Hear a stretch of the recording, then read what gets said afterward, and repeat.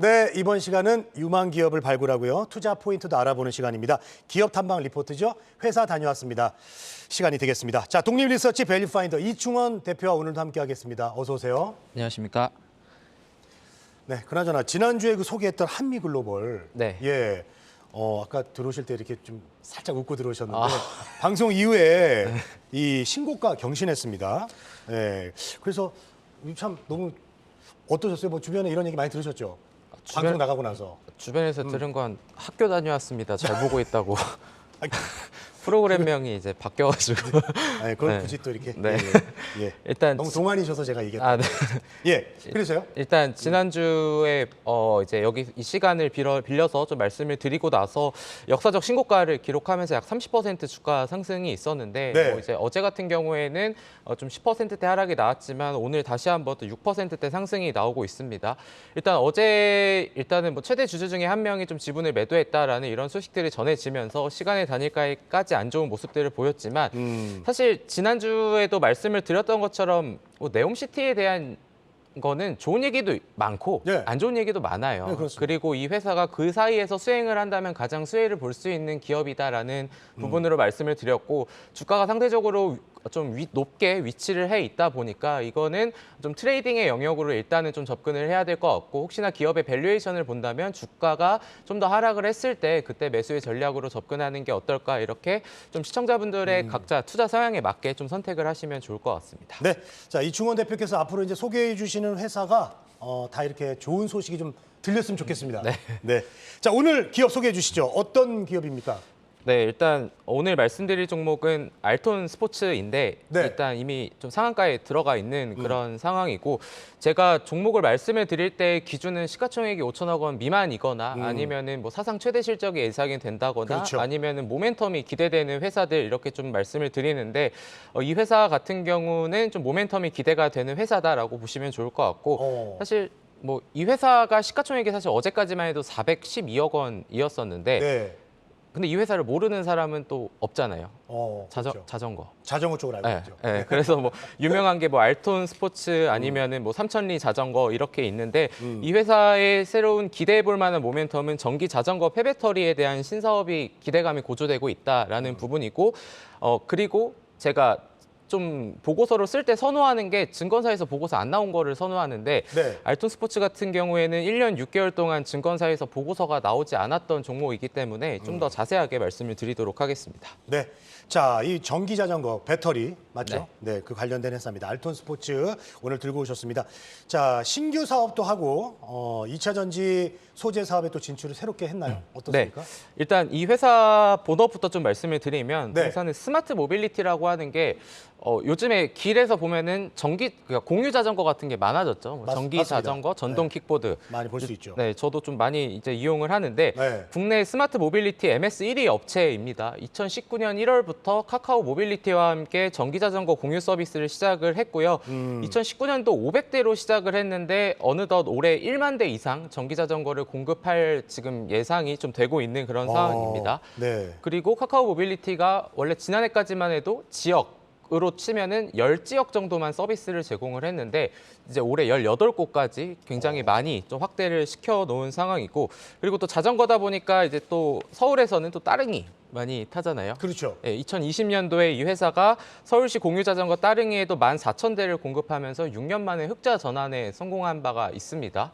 그래서 이제 뭐 일반 자전거뿐만이 아니라 뭐 전기 자전거 그리고 뭐 저는 뭐 이렇게 자전거도 뭐 동호회나 이런 것들이 많잖아요. 저는 사실 자전거를 잘 모르는데 뭐 굉장히 뭐 산악 자전거도 있고 뭐 굉장히 많다고 합니다.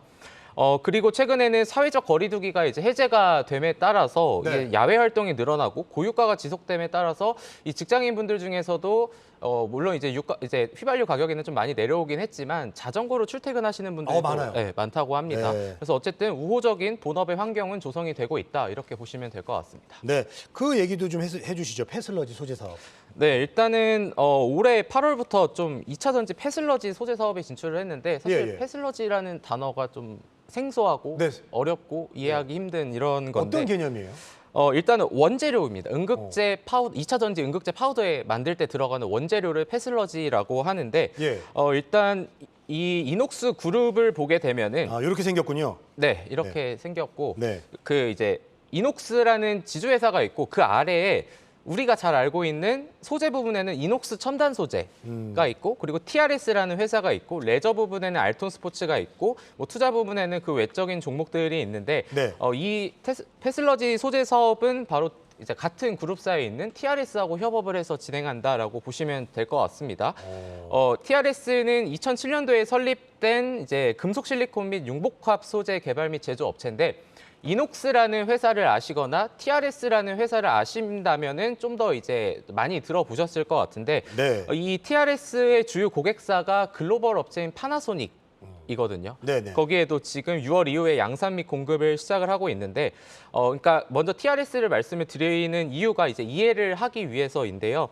TRS가 페슬러지 속에 함유된 실리콘을 재활용해서 실리콘 음극재를 추출을 하는 거거든요. 네네네네. 근데 페슬러지가 반도체용 인곳도 있지만 태양광용 인곳에서 웨이퍼를 제조하는 과정에서 배출이 되는 건데 이게 중국 현지 업체로부터 TRS가 받아서 썼어요.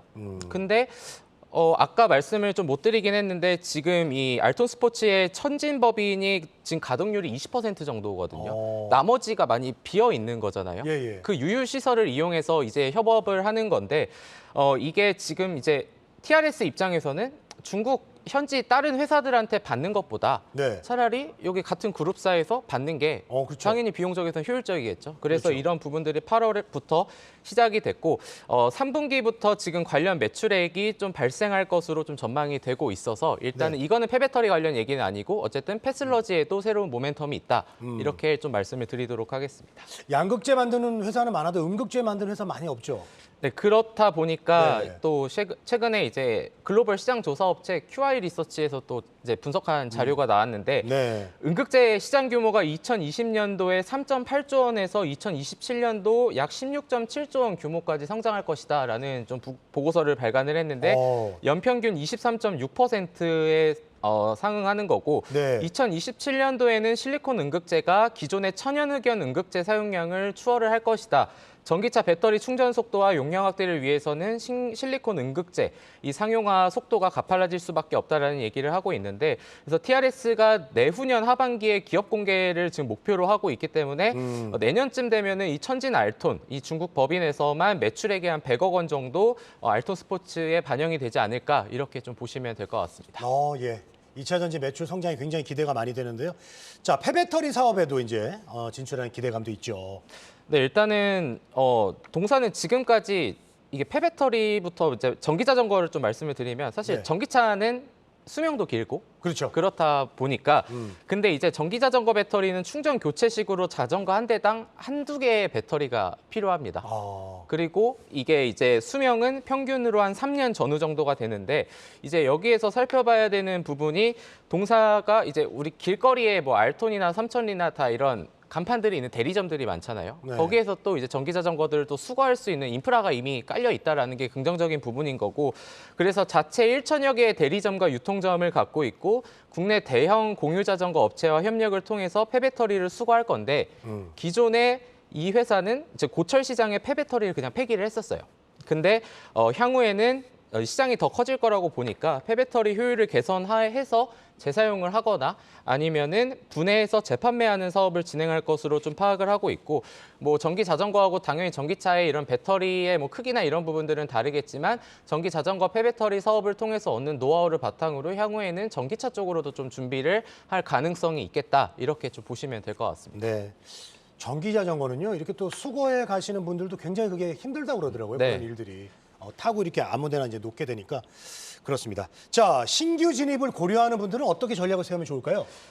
일단 뭐 오늘은 좀 상한가에 위치를 해 있는 그런 상황인데 사실 제가 아까 말씀드린 게 뭐 사상 최대 실적을 예상을 한다기보다는 모멘텀을 갖고 간다라는 네네. 얘기를 말씀을 드렸었는데 이러한 시점에서는 뭔가 이 회사의 밸류로 접근을 하는 것보다는 오히려 이렇게 시장이 흔들릴 때 더 시장에서 많은 주목을 받는 것 같습니다. 그래서 저는 뭐 상한가가 이제 오늘은 좀 이렇게 마무리가 되고 이제 내일쯤부터 풀린다 하더라면은 한미글로벌과 마찬가지로 좀 트레이딩의 영역으로 좀 접근을 해야 된다라고 좀 보시면 좋을 것 같고 중장기적인 흐름으로는 이 시장 성장에 따른 수혜를 고스란히 좀 받아갈 수 있는 이런 환경은 조성이 되어 있다라는 점을 봤을 때는 충분히 좀 긍정적으로 접근을 해도 괜찮겠다 이렇게 정리하도록 하겠습니다.